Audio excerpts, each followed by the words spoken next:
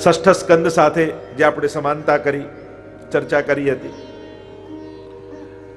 સિદ્ધાંતની મુક્તાવલી, મુક્તા એટલે મોતી અને અવલી એટલે માળા.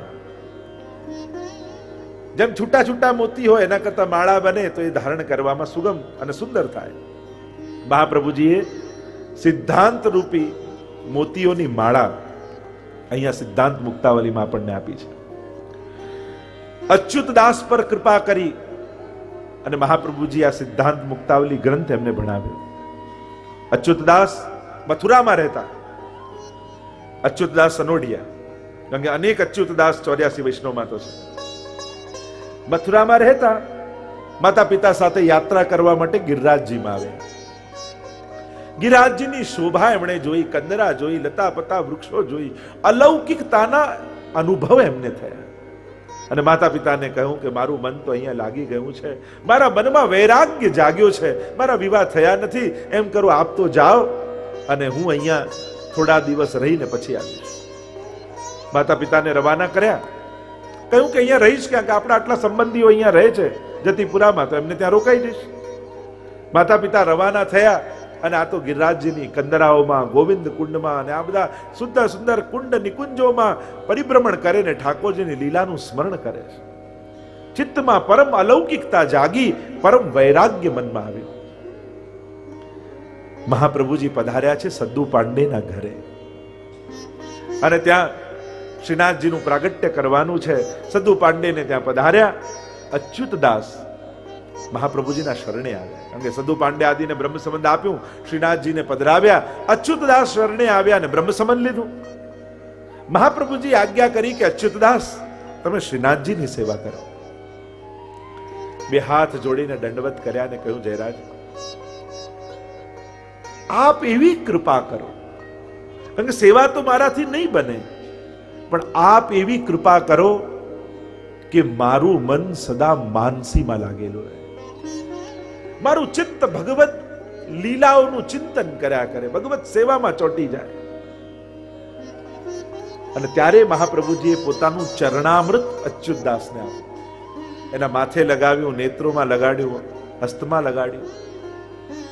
અને જ્યાં ચરણામૃત નેત્રોમાં લગાડ્યું મહાપ્રભુજી, એટલામાં જ અચ્યુતદાસના નેત્રો એવા અલૌકિક બની ગયા કે વ્રજમાં ચાલતી ઠાકોરજીની સમસ્ત લીલાઓ પ્રગટ સ્વરૂપે અચ્યુતદાસને દેખાવા લાગી. એટલે જ આપણે ત્યાં આ બંનેની મહત્તા છે, અધરામૃત અને ચરણામૃત. મહાપ્રભુજીના વચનામૃત પણ એવા અલૌકિક છે કે કેવલ મહાપ્રભુજી વચન કહે કે સુરદાસ ગોકુલ કે દર્શન કરો, એવા વચન બોલે અને ગોકુલની લીલાઓ પ્રગટ દેખાવા લાગે. સુરદાસ મહાપ્રભુજીની વાણી મહાપ્રભુજીથી અલગ નથી. અને એટલા માટે જ્યારે પણ તમે છેલ્લે બોલો કે શ્રીમદ વલ્લભાચાર્ય વિરચિતમ, આ વલ્લભની વાણી છે, આમ જ્યારે બોલો ઇતિ શ્રી વલ્લભો બ્રવીત, ત્યારે ઠાકોરજીને વલ્લભની કાની રાખી અને એ ગ્રંથમાં લખેલા સમસ્ત ફલો તમને આપવા પડે. ત્યાં કૃષ્ણાશ્રય આદિની ટીકાઓમાં તો આચાર્યોએ ચર્ચા કરી કે જ્યારે એમ મહાપ્રભુજી કહે ઇતિ શ્રી વલ્લભો બ્રવીત, આ મહાપ્રભુજી કહી રહ્યા છે, ત્યારે આચાર્ય ટીકામાં લખ્યું કે યાદવો જ્યારે ઉચ્છંકલ થઈ ગયા અને યાદવા સ્થળીથી છતાંય ભગવાને યાદવોનો ઉદ્ધાર કર્યો. તો કહ્યું કે આવા યાદવો થયા છતાં ઉદ્ધાર કેમ કર્યો? તો કે પોતાના સંબંધી હતા ને, સગા હતા, એટલે પોતાના સગા અને સંબંધી જાણી ભગવાન એમના ઉપર કૃપા કરે. તો વિચાર કરો, યાદવોને પોતાના સંબંધી જાણી આવી કૃપા કરી, તો જે સંબંધ વૈષ્ણવનો સ્વયં મહાપ્રભુજીએ ઠાકોરજી સાથે કરાવ્યો છે, એ સંબંધને ઠાકોરજી કેમ ભૂલી જાય? કદાચ કાંઈ ભક્તિ ન કરી શક્યો, કોઈ સેવા ન કરી શક્યો, કોઈ પાઠ ન કરી શક્યો બ્રહ્મ સંબંધ લેનારો જીવ, છતાંય વલ્લભનો સંબંધી જાણીને પણ ઠાકોરજી તમારા ઉપર કૃપા કરશે. કારણ કે મારો વલ્લભનો આયે મેરે નંદ નંદન કે પ્યારે, હો વારી ઇન વલ્લભિયન પર અપને તન કો કરું બિછોના, શીશ ધરું ઇનકે ચરણન પર. અમારા વલ્લભીય છે એમ જાણીને, કારણ કે વલ્લભીયને જોઈને કેવલ વૈષ્ણવને આનંદ થાય એવું નથી, મારા ઠાકોરજીને પણ વલ્લભીયને જોઈને ઘણો આનંદ થાય છે. મારા વલ્લભના વાલા વૈષ્ણવ આવ્યા છે. આ આનંદ સ્વયં ઠાકોરજીને થાય. કારણ કે વૈષ્ણવની મહત્તા જો મહાપ્રભુજીએ પ્રગટ થઈ, આપણે તો ગોકુલનાથજીના ઉત્સવથી પ્રારંભ કર્યું ને, કારણ કે શ્રી વલ્લભે પ્રગટ થઈ અને ઠાકોરજીની મહત્તા બતાવી કે શ્રી ઠાકોરજી ગોવર્ધનનાથજી શું સ્વરૂપ છે, શ્રી કૃષ્ણનું શું સ્વરૂપ છે. પૂર્ણાનંદો હરિસ તસ્માત ભગવત મહત્તા સ્થાપિત કરી શ્રી ગુસાઈજીએ પ્રગટ થઈ અને વલ્લભનું મહાત્મ્ય આપણને બતાવ્યું સર્વોત્તમ સ્તોત્ર દ્વારા કે આ વલ્લભનું સ્વરૂપ શું છે. શ્રી વલ્લભના સ્વરૂપને શું કરીને જાણો છો? આ બે પ્રશ્ન સૌથી મહત્વના છે. કદાચ જે પ્રશ્ન ગુસાઈજીએ દમલાજીને પૂછ્યો અને એ જ પ્રશ્ન જો હું તમને પૂછું કે શ્રી વલ્લભને તમે શું કરીને જાણો છો, તો તમારો શું જવાબ હોય? હા, દમલાજીનો જવાબ સાંભળેલો છે ને ગોખીને બોલી દો એ બીજી વાત છે, પણ હૃદયથી મહેસૂસ કર્યા છે કે પ્રભુથી પણ અધિક કરીને જાણું છું. એ સ્વરૂપને જાણ્યું છે ખરા? આપણે તો વાંચ્યું છે એટલે બોલી દઈએ, પણ ક્યારેક એને અનુભવીને હૃદયથી વાણી નીકળી ખરા કે એન મેન વ્રજરાજ ઉછંગે શ્રીમદ વલ્લભ રૂપ સુરંગે. એ કેવું સ્વરૂપ છે? તો સ્વયં ગુસાઈજીએ પ્રગટ થઈને વલ્લભનું સ્વરૂપનું મહાત્મ્ય વધાર્યું અને શ્રી ગોકુલનાથજીએ પ્રગટ થઈ અને વૈષ્ણવના સ્વરૂપનું મહાત્મ્ય વધાર્યું, ભગવદીઓના સ્વરૂપનું મહાત્મ્ય વધાર્યું. એવો આ ગોકુલનાથજીનો ઉત્સવ છે કે જેમણે ભગવદીયનો વિશેષ, કારણ કે અમે ભલે રાજી થતા હોય કે અમારે આ નિધિ સ્વરૂપ બિરાજે, અમારે આ નિધિ સ્વરૂપ બિરાજે, અમે આમ દર્શન કરાવીએ, અમે આમ મનોરથ કરીએ, પણ ખરેખર જોવા જાઓ ને તો આ વૈષ્ણવ સમાજની વલ્લભ કુલ ઉપર કૃપા છે કે એમણે આ બધા નિધિ સ્વરૂપો વૈષ્ણવે વલ્લભ કુલના માથે પધરાવ્યા. અમે એમ માનીએ કદાચ કે અમે ઠાકોરજી તમારા માથે પધરાવીએ છે, પણ જો વાર્તા સાહિત્યનું અધ્યયન કરવા જાઓ તો ખરેખર વૈષ્ણવે આ વલ્લભ કુલના માથે નિધિ સ્વરૂપો પધરાવ્યા છે. તમારા માથે બિરાજતા, વૈષ્ણવના માથે બિરાજતા. અને આ તો ગોકુલનાથજીએ 84 વૈષ્ણવની વાર્તા રચીને કેટલી મોટી કૃપા સમસ્ત વૈષ્ણવ સૃષ્ટિ પર કરી કે આપણને આ વૈષ્ણવ ભગવદીઓના ચરિત્ર સમજાવ્યા. તો જ્યારે જ્યારે, કારણ કે જે સ્વરૂપની સન્મુખ જે ભલે નિધિ સ્વરૂપો હોય, પણ એ નિધિ સ્વરૂપને જોતા, દર્શન કરતા એ વૈષ્ણવને ચોક્કસ યાદ કરવા પડે.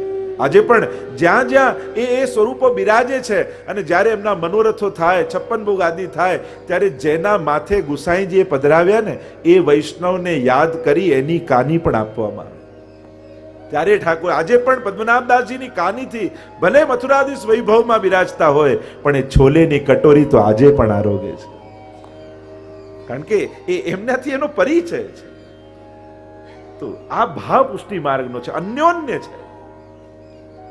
કારણ કે આજે વલ્લભ કુલ તમારા માથે ઠાકોરજી પધરાવે છે અને એ સમયે વૈષ્ણવે ઠાકોરજી અહીંયા પધરાવે છે. અને એટલા માટે જ અમારા ઠાકોરજીના દર્શન તમને એટલા માટે કરાવવામાં આવે છે. આ નિધિ સ્વરૂપોના દર્શન કેવળ ઠાકોરજીનું પ્રદર્શન કરવા માટે નથી હોતા. એનો ભાવ એ છે કે આ સ્વરૂપ ઉપર આ સમસ્ત વૈષ્ણવનો પણ અધિકાર છે, કારણ કે દરેક વૈષ્ણવ દમલાજીનો વંશજ છે. એટલા માટે જેમ અમે ગૌરવ લઈએ કે અમે વલ્લભ કુલ, એમ તમારે ગૌરવ લેવાનું કે અમે વૈષ્ણવ કુલ છીએ. એવો ગૌરવ તમને પણ જાગવો જોઈએ. આ અન્યોન્ય છે, આ પરસ્પર. તો આમ અચ્યુતદાસ પર મહાપ્રભુજીએ ચરણામૃત આપીને એવી કૃપા કરી અને સિદ્ધાંત મુક્તાવલી નામનો ગ્રંથ બનાવ્યો. અને સિદ્ધાંત મુક્તાવલી ગ્રંથના પાઠ માત્રથી અચ્યુતદાસને માનસી સેવા સિદ્ધ થઈ અને સદાય માનસીમાં અચ્યુતદાસ રહેતા. અને ત્યાં જે સેવા શ્રીનાથજી બાવાને ગુસાઈજી કરે, જે ભોગ આરોગ આવે, અને ગુસાઈજીનો રોજનો નિયમ શ્રીનાથજીની સેવા પહોંચીને અચ્યુતદાસને મળી અને પછી પધારે. વાર્તા સાહિત્યમાં ભાવ પ્રકાશમાં બહુ સુંદર વાત લખી છે કે એમ લખ્યું વાર્તા સાહિત્યમાં કે રોજ ગુસાઈજી અચ્યુતદાસને દર્શન આપવા માટે પધારતા. પણ ભાવ પ્રકાશમાં પાછો ખુલાસો લખતા હરિરાયજી કહે કે આવું વિવેક બુદ્ધિથી લખવું પડે છે કે ગુસાઈજી દર્શન આપવા પધારતા. સાચો ભાવ તો એ છે કે ગુસાઈજી દર્શન કરવા આવતા, કારણ કે અચ્યુતદાસના નેત્રોમાં ગુસાઈજીને સાક્ષાત મહાપ્રભુજીના દર્શન થતા. આવું ભાવ પ્રકાશમાં ઉલ્લેખ છે. કારણ કે જ્યારે ચરણામૃત અચ્યુતદાસના નેત્રોમાં લગાડ્યું, અખંડ નિવાસ વલ્લભનો અચ્યુતદાસના નેત્રોમાં થઈ ગયો. અને ગુસાઈજી જ્યારે જ્યારે અચ્યુતદાસના નેત્રો જોતા તો ગુસાઈજીના નેત્રો ભીંજાઈ જતા, એમને વલ્લભની સુધી આવી જાય. ઘણી વાર આપણે એવા લોકોને જોઈએ ને કે વૈષ્ણવને જોઈએ ને તો એમના ગુરુની યાદ આપણને આવે. બસ એનો સંગ કરવો કે જેને જોતા વલ્લભનું સ્મરણ થઈ આવે. બસ એ ભગવતી, એ સત્સંગ, એ મહાપુરુષ, એ ગુરુજન, એમને જોતા જ વલ્લભનું સ્મરણ થઈ આવે. તો ત્યાં વલ્લભ બિરાજે જ છે. જેના ચિત્તમાં અખંડ વલ્લભનું સ્મરણ છે, એના હૃદયમાં વલ્લભનો નિવાસ છે. એ તો પુષ્ટિ પ્રવાહ મર્યાદા ભેદમાં મહાપ્રભુજી સમજાવે છે કે એ જીવ, એ પુષ્ટિ જીવ કેવો, એનું શરીર પણ ભગવાનનું શરીર બની જાય છે. લિંગે ન ગુણે ન ચ, ત્યાં અદ્ભુત વાત કરી છે. અખંડ ભગવદ ચિંતન જેનું છે એ મૂર્તિમન ભગવદ રૂપ છે. ત્યાં સુધીની વાત એ સ્વરૂપની કરી છે કે ભગવાનમાં ને એનામાં કોઈ ભેદ રહેતો નથી. એવા સ્વરૂપની પુષ્ટિ કાયે ન નિશ્ચય, ત્યાં સુધીની વાત પુષ્ટિ જીવોની કરવામાં આવી છે. તો અહીંયા એવી કૃપા અચ્યુતદાસ પર થઈ. નિત્ય ગુસાઈજી પધારતા અને ત્યાં શ્રીનાથજી બાબાની સેવામાં જે સામગ્રી ભોગ ધરી હોય ને, અહીંયા અચ્યુતદાસને ખબર પડી જાય. માનસીમાં રહેતા ને, અને ત્યાં ગુસાઈજી પધારે ને ત્યારે કહેતા અચ્યુતદાસ કે બાબા આજે આ સામગ્રી શ્રીનાથજી બહુ પ્રેમથી આરોગ્યા, પ્રભુને આ સામગ્રી બહુ રૂચી, ઠાકોરજીને આજે આ સામગ્રી ન ગમી, એ બરાબર સિદ્ધ નહોતી થઈ. અહીંયા અચ્યુતદાસને ખબર પડી જાય. એવી કૃપા, કારણ કે સદાય માનસીમાં રહેતા. આપણે ત્યાં તો આસ્કરણદાસજી આદિની વાર્તા આવે છે ને કે એવી માનસી સિદ્ધ થઈ કે સ્વયં ગુસાઈજી આજ્ઞા કરી બેટીજીઓને કે ભોગ ન ધર્યું હોય ને અને આસ્કરણદાસજી આવે તો એમને પ્રસાદ લેવડાવી દેવો, કારણ કે એમના તો હૃદયમાં સદાય ઠાકોરજી બિરાજમાન છે. એ તો સદાય માનસીમાં રહે છે. માનસી સા પરામતા, જે સિદ્ધાંત મુક્તાવલીમાં કહ્યું છે. અને એકવાર બેટીજી ભોગ ધરવા જતા હતા અને આસ્કરણદાસજી આવ્યા ને એમને પ્રસાદ લેવડાવી દીધો, અને ત્યારે ફરી સિદ્ધ કર્યો રાજભોગ ને ઠાકોરજીને આરોગ આવ્યો. અને ગુસાઈજી આરતી કરવા પધાર્યા અને ઠાકોરજીને હસતા જોયા. પૂછ્યું કે બાબા આપ પ્રસન્ન કેમ છો? તો કે આજ મેં રાજભોગ 2 બેર આરોગ્યો, એક આસ્કરણદાસજીના હૃદયમાં બિરાજી અને બીજી વાર બેટીજીએ ભોગ ધર્યો ત્યારે. આ માનસીમાં જે બિરાજમાન છે. આવા આસ્કરણદાસ અનેક વાર્તા સાહિત્યમાં તો આપણે આસ્કરણદાસજીની વાર્તામાં યુદ્ધ લડી રહ્યા હતા અને કઢીનો ડબરો ઢોળાયો અને યુદ્ધના મેદાનમાં કપડા કઢીવાળા થઈ ગયા. માનસી સા પરામતા, જે સિદ્ધાંત મુક્તાવલીમાં વાત છે. અચ્યુતદાસ પર કૃપા સિદ્ધાંત મુક્તાવલી ગ્રંથ દ્વારા મહાપ્રભુજીએ કરી. આવ સિદ્ધાંત મુક્તાવલી ગ્રંથમાં આપણે પ્રવેશ કરીએ. 21 શ્લોકમાં સિદ્ધાંત મુક્તાવલી મહાપ્રભુજીએ સમજાવ્યું છે. સિદ્ધાંતોની આ સુંદર મોતીઓની માળા છે. આવો પ્રવેશ કરીએ. પ્રથમ શ્લોકમાં મહાપ્રભુજી આજ્ઞા કરતા કહે, નત્વા હરિમ પ્રવક્ષ્યામિ સ્વસિદ્ધાંત વિનિશ્ચયમ કૃષ્ણ સેવા સદા કાર્યા માનસી સા પરામતા. મહાપ્રભુજી પહેલા જ પદમાં નમન કરે છે. આચાર્ય હોવા છતાં એમની દીનતા વારંવાર નમન અને વંદન દ્વારા પ્રગટ થાય છે. અને એટલા માટે વૈષ્ણવે પણ વંદન કરવામાં કંજૂસી નહીં કરી, નમન કરવામાં કંજૂસી નહીં કરી. વારંવાર વંદન કરવાથી હૃદયમાં દીનતાનું પ્રાગટ્ય થાય છે. બને તો એવા કાર્ય કરો જેમાં તમારા અહંકારને ઠોકર વાગતી હોય, એવી સેવા કરો.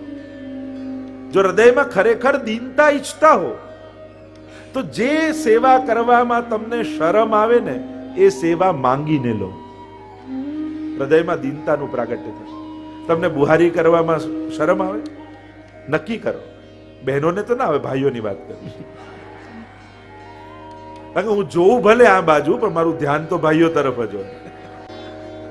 આપણને સંકોચ લાગે છે. લાવ એકવાર આપણે બધા જ નક્કી કરીએ, ચાલો બીજે કાંઈ નહીં તો વ્રજધામમાં.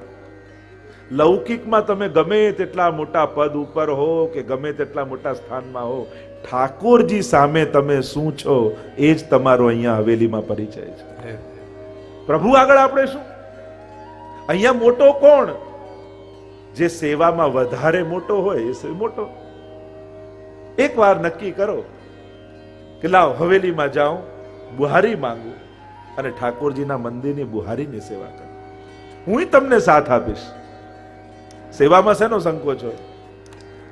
અને આ શીખ્યા છે પિતાશ્રી પાસે. ક્યાંય બી કઈ હોય કોઈની પ્રતીક્ષા નહીં, આપણે જ કરી લેવાનું. આપણા હરિરાયજીનો તો પ્રસંગ આવે છે ને કે એકવાર ચોકીદાર એમનો ક્યાંક રજા ઉપર ગયો, જરૂરી કામથી જવું પડ્યું અને કહેવા આવ્યો કે મહારાજ મારે ગામ જવું પડે એમ છે, શું કરું? કે જેવી તારે જવું પડે તો જા. અને રાતના સમયે સ્વયં હરિરાય મહાપ્રભુજી વસ્ત્ર લપેટી અને હાથમાં હથિયાર લઈ રાધે શ્યામ કરતા કરતા હવેલીની આજુબાજુ ચોકીદારી કરે ઠાકોરજી. એટલામાં કોઈ વૈષ્ણવ જોઈ ગયું. અરે જયરાજ આપ આમ ઠાકોરજીની ચોકીદારી કરો છો? હા, કે આખી દુનિયાની જે ચોકીદારી કરે છે એની ચોકીદારી કરવાની સેવા મળે તો કોણ જવા દે આ સેવા? સેવામાં નાનું મોટું તો આપણી બુદ્ધિના ખેલ છે. સેવા તો સેવા જ હોય છે. સેવા શબ્દને કોઈ વિશેષણ લગાડવાની જરૂર નથી કે અંદરની સેવા કે બહારની સેવા કે નાની સેવા કે મોટી સેવા. સેવા એ તો સેવા જ હોય. અને એટલા માટે ક્યારેક એવું કરું કે લાવ બુહારી હું કરું, ક્યારેક ભંડારની સેવા હું કરું, ક્યારેક ફૂલઘરની સેવા કરું. સેવા મળે એ જ મોટી વાત છે. મોટી સેવા ગોતવા નહીં જવાનું. સેવા એ રીતે કરવાની કે મોટી થઈ જાય. મોટી માનીને સેવા કરવાની. જે સેવા મળી એને મોટી માનીને કરો. મોટી સેવા ગોતવા ન જાઓ. જે મળ્યું એને ઠાકોરજીની કૃપા માનીને સ્વીકાર.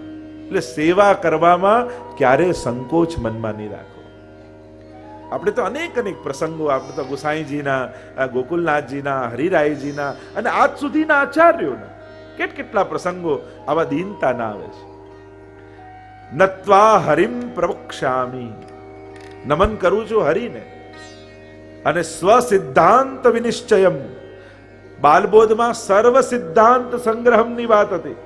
સર્વના સિદ્ધાંત કહું છું. હવે મહાપ્રભુજી કહે છે સ્વસિદ્ધાંત નિશ્ચય. હવે નિશ્ચય કરી અને પુષ્ટિ માર્ગમાં જેને ચાલવું છે, પુષ્ટિ પુરુષોત્તમને જેને પામવા છે, એના માટેના સિદ્ધાંતો હવે કહું છું.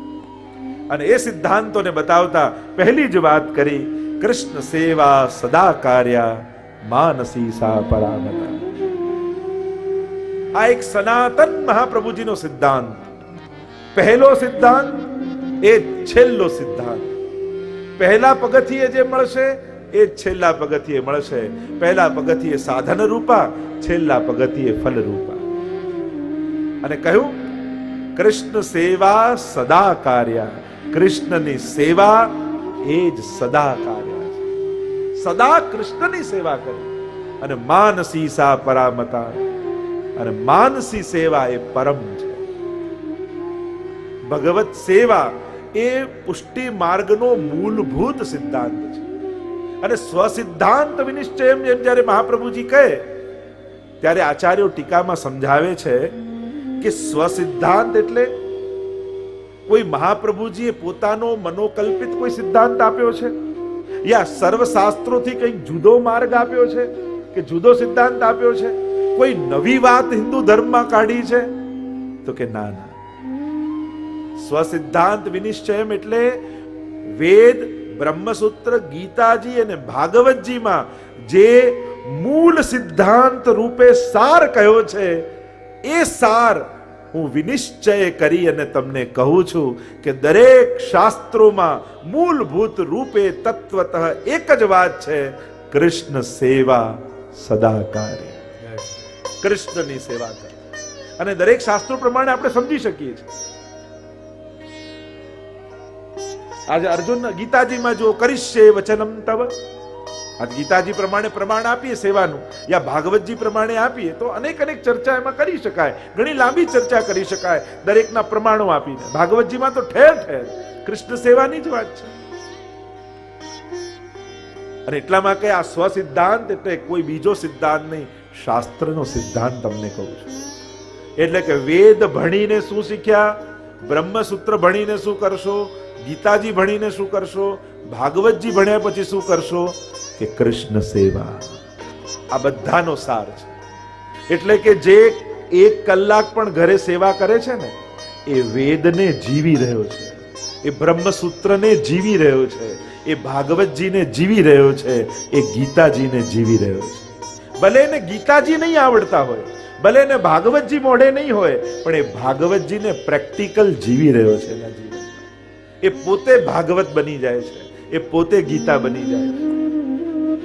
અને એટલા માટે કૃષ્ણ સેવા એટલે સૌથી પહેલો સિદ્ધાંત. એટલે અહીંયા બેસેલા દરેક વૈષ્ણવને કહીશ કે કોઈ પણ વૈષ્ણવનું ઘર ઠાકોરજી વગરનું ન હોવું જોઈએ. લગભગ આપણા અમદાવાદમાં તો પૂજ્ય પિતૃચરણની એવી કૃપા થઈ છે કે કોઈ ઘર ઠાકોરજી વગરનું નહીં હોય. પણ હજી એ કદાચ કોઈ અપરસને કારણે, કોઈ સંસારિક ભયને કારણે, કોઈ વિપરીત સંજોગોને કારણે, કોઈ ઘર નાનું છે એટલા માટે, કોઈ સગવડતા નથી એટલે, યા કોઈ ઘરના માનતા નથી એટલા માટે, ઘણા કારણો હોય ને લોકોને. પણ એક વસ્તુ યાદ રાખજો, આ કોઈ કારણ રોકતું નથી. ઠાકોરજી નથી એનું કોઈ એક કારણ હોય તો એ તમે પોતે છો. કારણ કે તમે સેવાને સમજ્યા નથી એટલે તમને એમ લાગે કે સેવા સચવાશે નહીં. ચલો તમને હમણાં જ સાહસ અપાવી દો. ચલો જેને ત્યાં સેવા બિરાજે છે, કોઈને આજ સુધી વાંધો આવ્યો? સચવાઈ ગયું કે નહીં? જો હવે આટલા બધા લોકો હા પાડે છે એટલે જેને ત્યાં નથી એ પધરાવી લેજો ડર્યા વગર. કારણ કે આટલા બધા લોકો જેને ત્યાં ઠાકોરજી બિરાજે છે એ કોઈને વાંધો નથી આવ્યો, તો તમારી જોડે કોઈ ભગવાનની સ્પેશિયલ દુશ્મની છે કે ના, આને તો ના જ કરવા દો, જો કેમ પધરાવે છે, આવું છે તો તમને વાંધો નહીં આવે. ઠાકોરજી ભાર નથી, આપણા જીવનનો આનંદ છે. બસ આટલું સમજાઈ જશે ને તો બધાય ભાર નીકળી જશે. આ કરવું પડશે, આ સાચવવું પડશે, આમ કર, આ જે વ્યવસ્થાઓના એક અજ્ઞાત ભયો આપણા મનમાં ઘૂસેલા છે ને. અને હું તો હંમેશા કહું, જે અનુકૂળ સંજોગોની રાહ જુએ છે ને એ ક્યારેય કરી શકવાના નથી. પણ હા, નિશ્ચિત વાત એ છે, જે કરવા લાગશે ઠાકોરજી એને બધુંય અનુકૂળ કરી આપશે. નહીં તો સેવા પધરાવાનું કહો ને પહેલી વાત શું યાદ આવે? પણ સૂતક લાગશે તો પહેલું જ કોઈને ગુજરી જવાનું યાદ આવે. આપણે ઠાકોરજી પધરાવાનું કહે એટલે ગુજરી જવાનું પહેલા યાદ આવે. તો કોઈને વાંધો નથી આવ્યો તો તમને નહીં આવે. પ્રભુ જ સાચવી લેતા હોય છે. શેઠ પુરુષોત્તમ દાસની વાર્તામાં તો જો, એટલે ગોપાલદાસને એમ થયું કે મારા બાપુજી ગરડા થઈ ગયા, લાવ હું સેવામાં જાઉં. અને અપરસ કરીને ગયા ને જુએ તો શેઠ પુરુષોત્તમ દાસ 18 વર્ષના યુવાન દેખાયા. અત્યારે ભાવ પ્રકાશમાં હરિરાયજી લખ્યું, શું ગોપાલદાસ એમ માને છે કે યુવાનીથી સેવા થાય, ગોપાલદાસ એમ માને છે કે મોટા ઘરથી સેવા થાય, કોઈ એમ માને કે ધનથી સેવા થાય, કોઈ એમ માને કે સગવડતાથી સેવા થાય, કોઈ એમ માને કે અનુકૂળતાથી સેવા થાય. ના, આ બધું તો ઘણાના ઘરમાં છે, છતાંય સેવા નથી થતી, વિચાર પણ નથી આવતો. અરે સેવા તો એ જ કરી શકે છે જેના હાથે ઠાકોરજી સેવા લેવા માંગતા હોય. આ અનુકૂળતાઓ સેવાનું પ્રમાણ નથી. આપણે એ કલ્પના છે કે અનુકૂળતા હોય તો સેવા થાય. ના, ઠાકોરજી જેના હાથે લેવા માંગે એના જ મનમાં સેવા કરવાનો વિચાર આવે.